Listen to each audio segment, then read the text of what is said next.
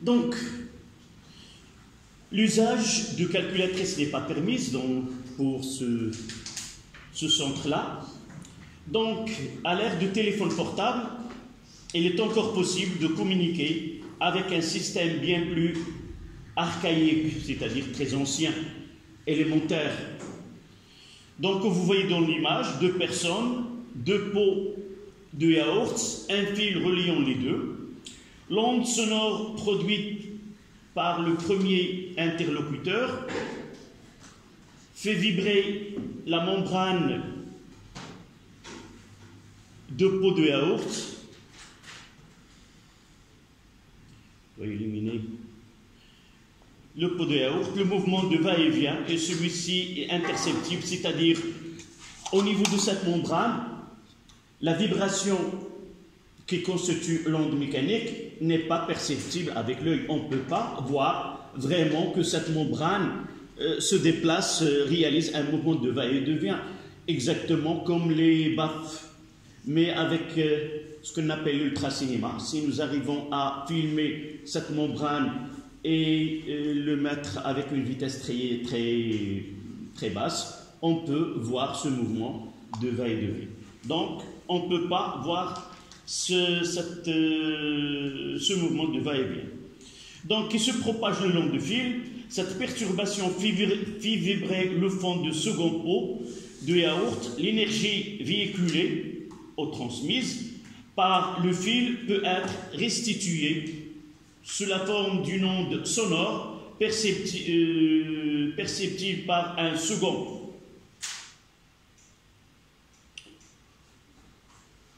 Antagonistes, les données, ils ont donné la célérité de l'onde sonore dans l'air à 25 degrés Celsius, c'est 340 mètres secondes moins 1. Là, on va poser des questions qui concernent l'onde. Donc, la première question, c'est AA. Quelle est cette question? Identifier la chaîne des différents milieux de propagation des ondes mécaniques au sein du dispositif de la boucle de la personne, de la bouche, pardon, de la personne qui parle à l'oreille de la personne qui écoute. C'était la figure A. Celle-là. Quels sont les éléments qui assurent sa transmission à partir de la bouche de celui qui parle jusqu'à l'oreille de la personne qui écoute? Oui. On va passer milieu par milieu. À partir de la bouche, entre la bouche et le fond du premier pot, entre la bouche et le fond de procès. La question c'était quoi?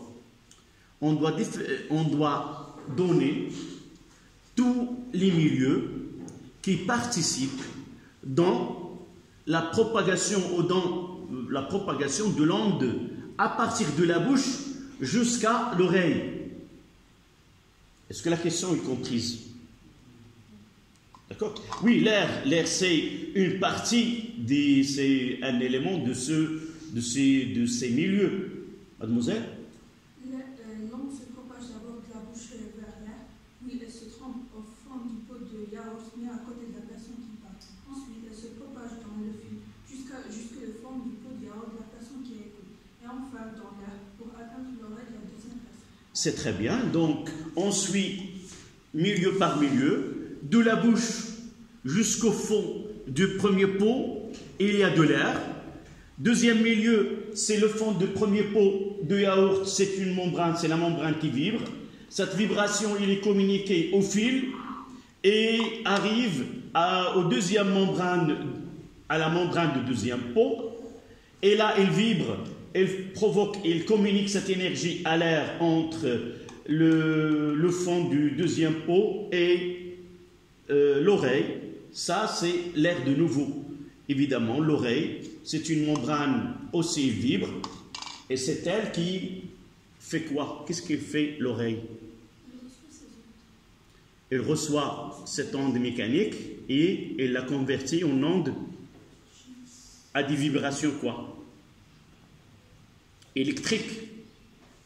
C'est l'oreille, elle est capable de convertir cette énergie qui est mécanique en énergie électrique qui est transmise au cerveau, et au niveau du cerveau qu'on arrive à déchiffrer ces vibrations et on la décode, si vous voulez, un décodage. Ces vibrations électriques à des phrases bien comprises. D'accord? Donc, vous notez comme un 1.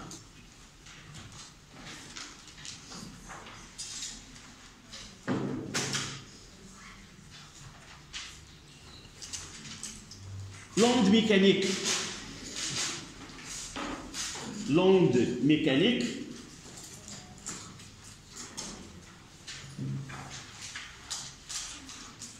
produise par la première personne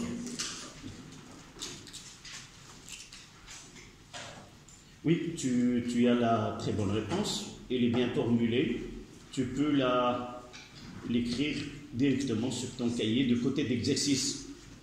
Vous mettez série numéro telle, série numéro 1 ou exercice d'application numéro 1 et là c'est la correction de cet exercice. J'ai dit à vos camarades la dernière fois que les séries sont données dans le groupe de WhatsApp et évidemment cette série que vous avez dans le groupe, elle porte une date.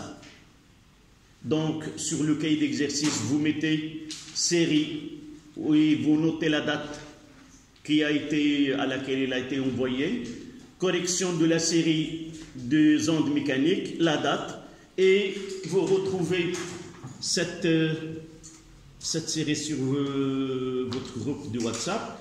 J'ai dit la dernière fois que ces séries, vous pouvez les mettre dans Google Drive, essayez de l'envoyer dans Google Drive, et là, vous gardez tout ce que vous avez, et vous pouvez effacer par la suite.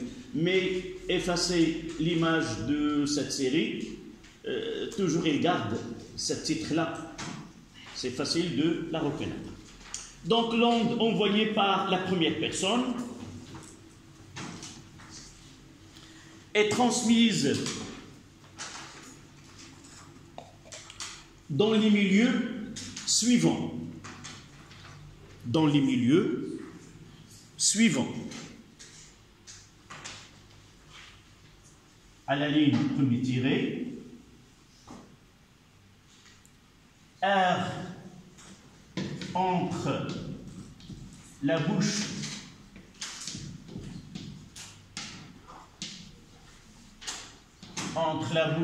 et le fond du premier pot. L'air entre la bouche et le fond du premier pot. L'onde produise par... J'ai dit, l'onde produise par la première personne se propage dans les milieux suivants.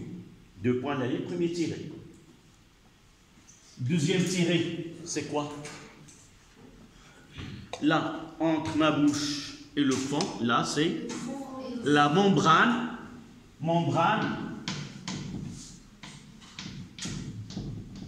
du premier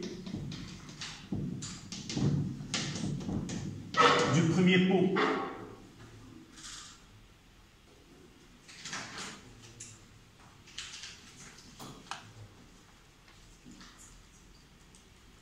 La membrane du premier pot. Après cette membrane, c'est quoi? C'est le fil.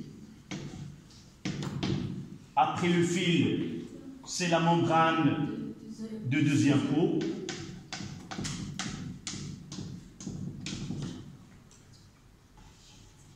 Membrane du fond de deuxième pot. Et finalement, l'air entre deuxième membrane, deuxième membrane et l'oreille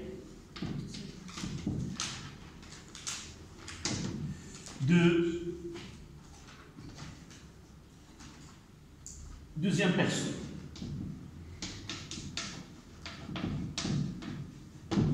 Voilà.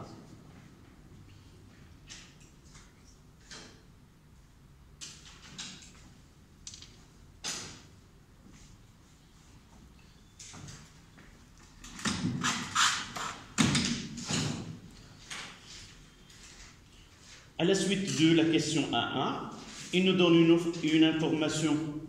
Ce fil légèrement élastique peut être modélisé par un ressort aspire non jonctif. C'était l'expérience que nous avons montrée dans le cours avec un ressort aspire non jonctif. Nous l'avons déjà schématisé dans le cours. Les schémas suivants illustrent les conséquences de deux modes de déformation d'un ressort, l'écartement d'une extrémité de ressort selon une direction perpendiculaire à l'axe de celui qui produit une onde cisaillante, c'est la figure 2, je vais faire ce schéma, alors qu'une déformation selon l'axe de ressort produit une onde de compression. Donc, si vous avez devant vous l'image de l'exercice, ils ont donné, là c'est les données de la question suivante, c'est-à-dire là.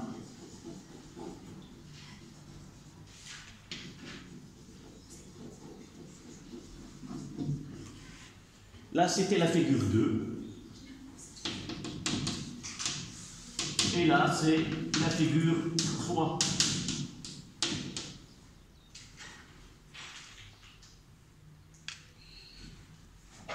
La question, c'est quoi? C'est attribuer à chacune des situations représentées sur la figure 2 et 3 les termes onde longitudinale et onde transversale. Justifiez votre réponse. Oui? La figure 2 correspond à une onde transversale. La perturbation se fait dans une direction perpendiculaire à la propagation. C'est très bien. Et la deuxième, c'est une onde qui... Oui? Longitudinale, car la direction de la déformation est la même que celle de la propagation de... C'est très bien. Donc ça, c'est la question 1-2. La question 1-2. La figure 2.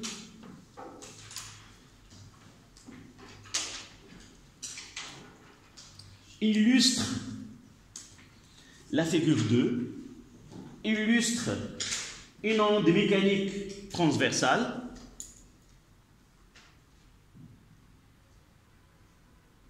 puisque la direction de déformation est perpendiculaire à la direction de propagation. Vous pouvez donner une autre expression de justification. À la ligne, on mettra de la même façon. La figure 3 représente une onde longitudinale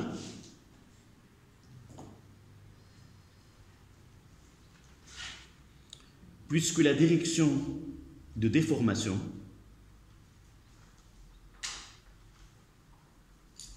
a la même direction, pour ne pas dire deux fois la direction, on peut dire que la déformation et la propagation ont même direction. Et là, on aura une phrase qui est très simple. La déformation et la propagation ont même direction.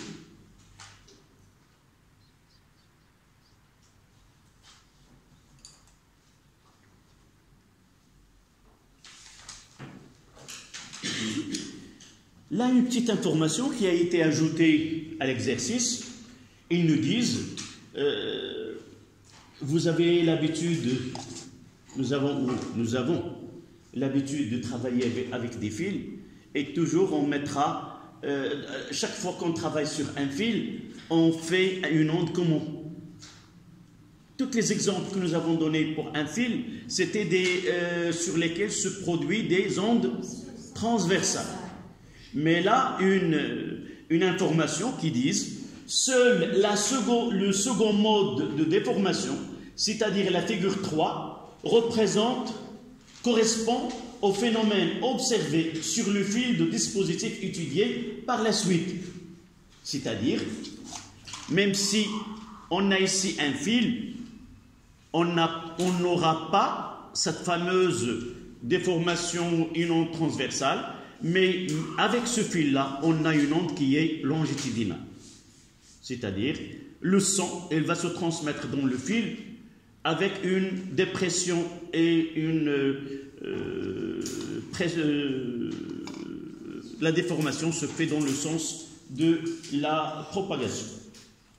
Donc on passe, c'était 1, premièrement c'était la question 1.1 et 1.2, maintenant on passe à la partie 2, deuxième partie de cet exercice.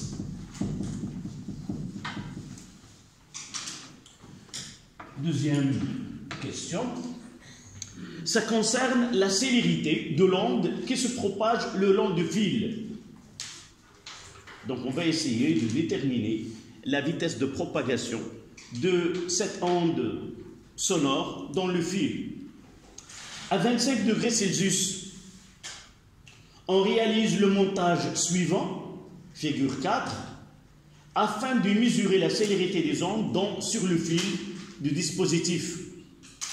2 capteurs reliés à 2 points A et B, distants d'une distance D est égale à 20 mètres sur le fil du pot de yaourt et un émetteur E.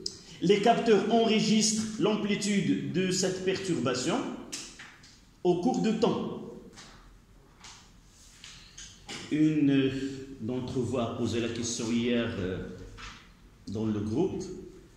La question demandée, est-ce que ça concerne la figure 4 ou la figure 5?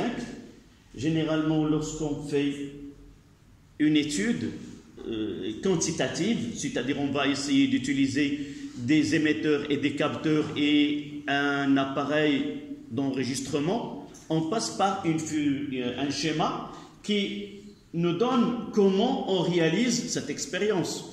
Et par la suite, on va donner une figure qui nous donne les calculs ou le schéma obtenu. Si nous utilisons un oscilloscope, on vous donne un schéma de l'écran de cet oscilloscope. D'accord? C'est ça le cas. Donc, on vous donne comment on réalise l'expérience. Il y a le pot de yaourt. Sur la membrane, il y a l'émetteur. Il y a un récepteur sur l'autre bout du fil. Et nous avons pris une distance D sur ce fil-là, A et B.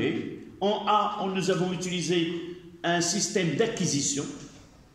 هو عبارة عن جهاز للمسك باش ناخذوا المعطيات من هنايا كنديروا واحد الجهاز اللي هو مناسب الا كان اهتزاز فعندنا يمكننا نقوموا بالتسجيل ديالو كنحولوا داك الاهتزاز اللي ميكانيكي الى كهربائي et ce système d'acquisition nous permet d'utiliser un appareil si vous voulez spécial qui permet de convertir cette vibration mécanique sur la corde en électrique qu'on peut la visualiser sur un oscilloscope. Et c'est ça ce qu'on donne sur la figure 3, la figure 5.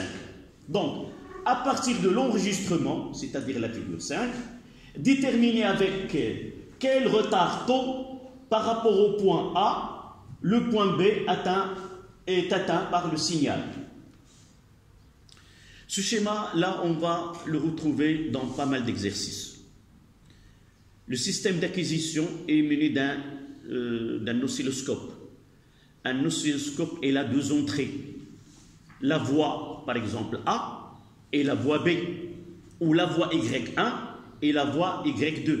C'est-à-dire, cet appareil, il est capable d'enregistrer dans 2 voies différentes, 2 signaux différents.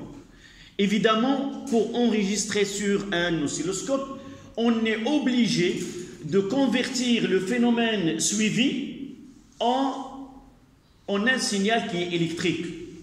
Parce qu'un oscilloscope ne peut visualiser qu'une tension. D'accord? C'est pour cela le système d'acquisition, généralement on n'entre pas dans le détail, mais comprenez bien que ce système d'acquisition, il convertit le phénomène étudié, quoi qu'il soit, à une variation de, si vous voulez, à une tension électrique. Et cette tension électrique, avec l'oscilloscope, on peut la visualiser. Là, vous l'avez vu uniquement, c'est une variation de l'amplitude. Il y a un commencement, une valeur maximale, puis diminution, puis le signal n'est plus reçu dans le canal A et on le voit dans le canal B. Dans la figure, ils ont donné la voie A et la voie 2, c'est-à-dire deux entrées. Donc la question c'était quoi? À partir de l'enregistrement, déterminer quel retard taux par rapport au point A, le point B est atteint par le signal.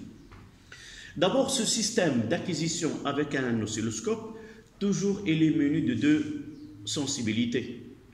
La sensibilité verticale et la sensibilité horizontale. La sensibilité verticale, il nous donne l'ampleur, l'amplitude maximale. C'est-à-dire, je peux donner, si vous pouvez constater sur la figure, si vous l'avez, que l'amplitude de la voie 1 n'est pas l'amplitude de la voie 2. Si nous essayons, je reproduis là, voilà la voie A et voilà la voie 2. Qu'est-ce que j'entends par amplitude? C'est de là à là. Et là, de là à là, c'est l'amplitude de l'onde reçue. Donc, dans certains cas, je peux connaître celle qui se produit avant l'autre, et à partir de ce schéma, je peux dire que le système, l'énergie qui engendre cette onde mécanique, elle diminue au cours du temps. Si je constate que l'amplitude diminue, ça veut dire une partie de l'énergie qui est transmise, elle est absorbée par le milieu. Et par la suite, celle qui a la plus petite amplitude, c'est celle qui viendra par la suite. On verra ceci par la suite dans un exercice. On vous donne deux signaux et on vous demande de connaître lequel correspond à l'onde émettrice et l'onde réceptrice. Et pour poser cette question, on met en évidence que l'énergie diminue. Donc là, c'est connu d'après les données. Ils ont dit que l'émetteur est connecté à la voie 1 et le récepteur est connecté à la voie 2. Donc on ne va pas poser la question quel signal correspond à quel émetteur ou récepteur. D'accord? Mais uniquement la prochaine fois, on verra dans un exercice qu'on peut poser cette question. Si l'amplitude elle est la même, nous pouvons conclure que dans ce milieu-là, l'énergie n'est pas dissipée. C'est-à-dire, le signal, il conserve l'énergie et il n'est pas perdu au cours de la transmission. D'accord? Ce sont les lectures qu'on doit connaître. Donc, ce schéma-là, il y a deux sensibilités et vous l'avez juste au-dessous de schéma. La sensibilité verticale, الحساسية الرأسية. هذه كتعطينا قلنا الوسع و إلا كان الصوت شنو هي الشدة ديالو. إلا كل ما كانت ذاك الوسع كبير كل ما كانت الشدة ديالو كل ما كان غادي يكون مسموع كثيرا. وإلا كانت الوسع ديالو قليل غادي يكون السمع ديالو كذلك ضعيف. ويمكن بعض الأحيان يمكن اللي ما نسمعوش حسب داك العتبة ديال الأذن. Donc, une sensibilité verticale, 1 millivolt par division. Et si vous voyez, c'est presque pour l'onde sur la voie A, c'est presque une division, un carreau. On peut faire les calculs exactement. Mais pour le 2, c'est presque la moitié d'une division. D'accord? Pour la sensibilité horizontale, Quel est le rôle de cette sensibilité?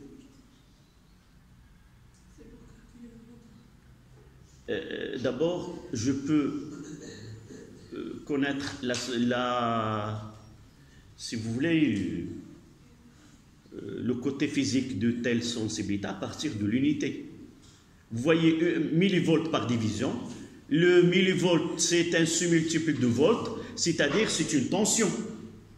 Et l'autre sensibilité, 5 millisecondes. 5 millisecondes, c'est un sous-multiple de la seconde, donc il correspond à un temps.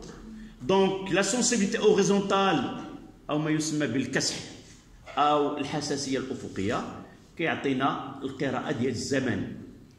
كل تدريجة على الشكل تقابلها 5 ديال الميليسكوند. D'accord? Donc, ce retard taux, comment on peut le calculer?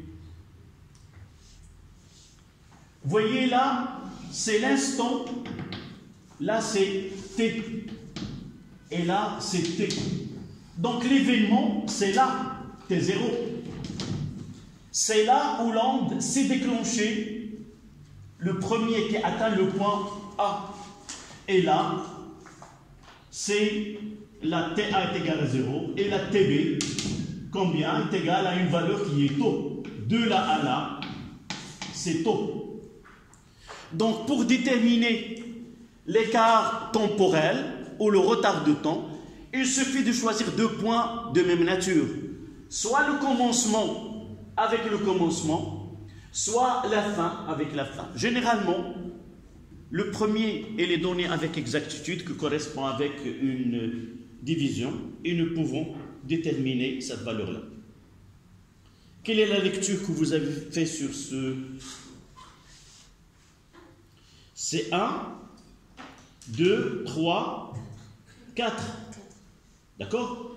Donc, je mettrai là taux est égal n fois S. N, c'est quoi? C'est le nombre de divisions. Vous prenez la réponse en même temps que moi. C'est 1. Nombre de divisions. Et là, c'est la sensibilité horizontale.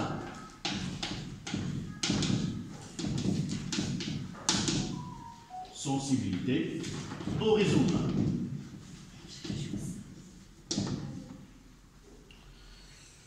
Application numérique. Taux est égal à 4 fois 5 fois 10 moins 3 secondes fois 5. Et ça donne 2 fois 10 moins 2 secondes.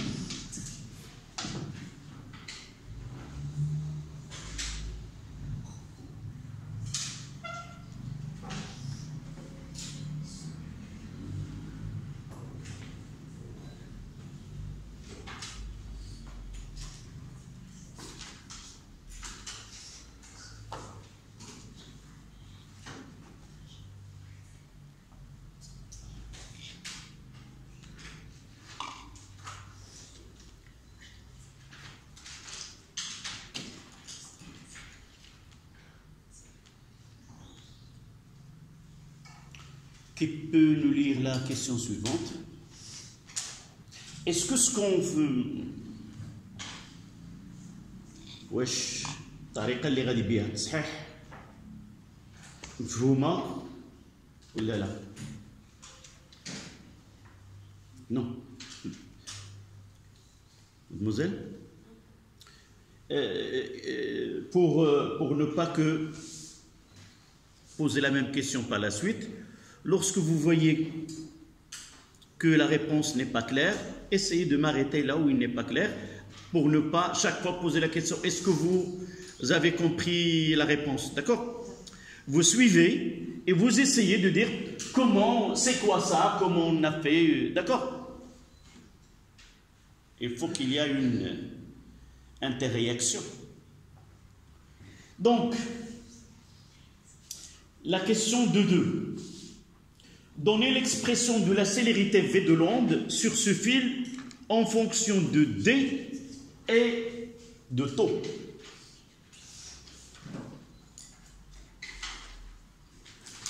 Nous avons dit dans le cours,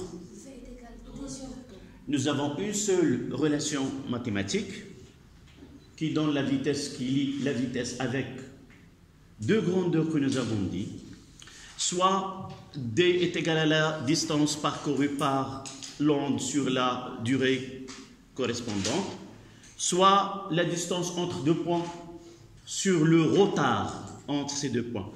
Dans ce cas-là, la question de 2, V est égal à D, c'est la distance entre les deux points, sur taux, qui est le retard du point B sur le point A.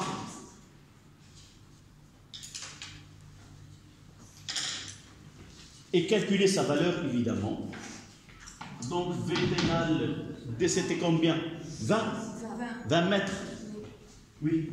20 divisé par 2 fois 10 moins 3. Regardez bien que si nous essayons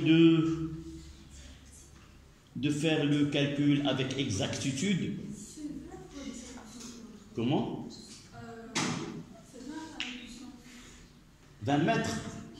De combien la distance? C'est égal à 2 fois 10 à la puissance moins 2. Ah oui, 2 fois 10 moins 2, oui. Là, voici 2 fois 10 moins 2. Je croyais que tu disais que V c'est 20 mètres. D'accord? Donc ça sera V est égal à 2 fois 10 à la puissance 3 sur 2, c'est-à-dire 10 à la puissance 3 mètres seconde moins 1. Ça, la vitesse V dans le fil. Une petite remarque, nous n'avons pas essayé d'être très précis sur taux, donc nous avons pris qu'il s'agit de 3, des 3 divisions. Je vais essayer d'augmenter, de vérifier vraiment ces 3. Est-ce que vous avez vraiment trouvé qu'il s'agit de 3? De nombres les mêmes? Ah oui, pour nous c'est 1, c'est pas 3, c'est 1, 2, 3, 4. C'est ça, 4 fois 10 moins 3, c'est 20, 20 millisecondes. D'accord? Calculez sa valeur et juste après, comparez cette valeur à celle de la célérité du son dans l'air qui a été donnée. V de l'air à 25 degrés, c'est 340 mètres secondes moins 1. On doit comparer et justifier. Comparer sans justifier, c'est pas grand-chose. On ne va pas dire que la vitesse dans le fil est très grande devant la vitesse de propagation de la même onde dans l'air. On va essayer de retrouver le cours que nous avons dit quoi? Que la vitesse de propagation dépend de la nature du milieu. Et nous avons dit dans le cours que la vitesse du son dans un gaz est inférieure à celle d'un liquide qui est inférieure à celle d'un solide. Donc, puisque c'est justifiable que la vitesse dans le fil est supérieure parce que, donc, la justification, puisque V dans l'air et dans un gaz est inférieur à V dans un liquide, qui est inférieur à V dans un solide, on voit bien que la vitesse dans le fil est supérieure à celle dans l'air. On voit bien. On voit bien que V dans le fil est supérieur à V dans l'air.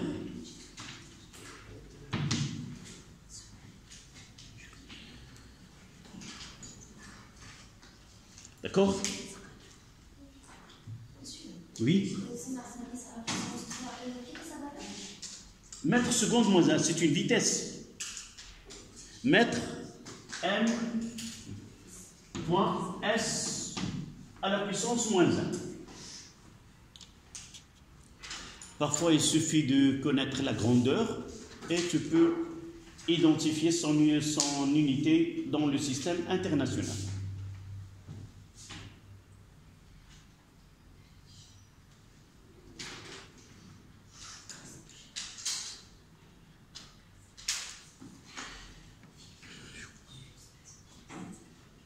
On passe par la suite. Le fil ER de longueur L est égal à 50 mètres, est assimilé à un ressort de constante de raideur K, qui est égal à 20 kg seconde moins 2, et de masse linéique mu 1 fois 10 à la puissance moins 3 kg mètre moins 1. Dans le cas d'un fil, le produit K fois L est une constante caractéristique du milieu de propagation. Ce sont des données afin de répondre aux questions qui suivent. D'accord? 2.3. Le modèle simple. Cette question, nous l'avons traitée dans le cours. Nous avons donné une expression de la vitesse de propagation dans un fil, dans un fil tendu, et nous avons écrit que V est égal à la racine carrée de T sur mu. Nous avons dit que T, c'est la tension du fil, et mu, c'est la masse linéique. Là, nous avons des expressions appropriées à d'autres, c'est pas le fil, mais un ressort, mais nous avons des expressions différentes. D'accord? 2.3. Un modèle simple de célérité. Un modèle simple de la célérité V d'une onde de ce type dans ce fil correspond à l'une des expressions suivantes. Donc, il nous donne des expressions de V.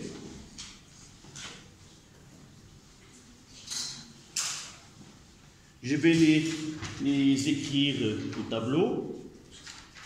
Il y a la proposition A où V est égal à la racine carrée de mu sur K fois L. La proposition 2, V est égal à la racine carrée de K fois L sur mu. Et la dernière, 3, V est égal à K sur mu.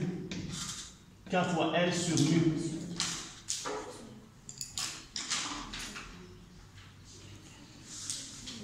La question c'est quoi? Retrouver la bonne proposition ou la bonne expression parmi celles proposées en effectuant une analyse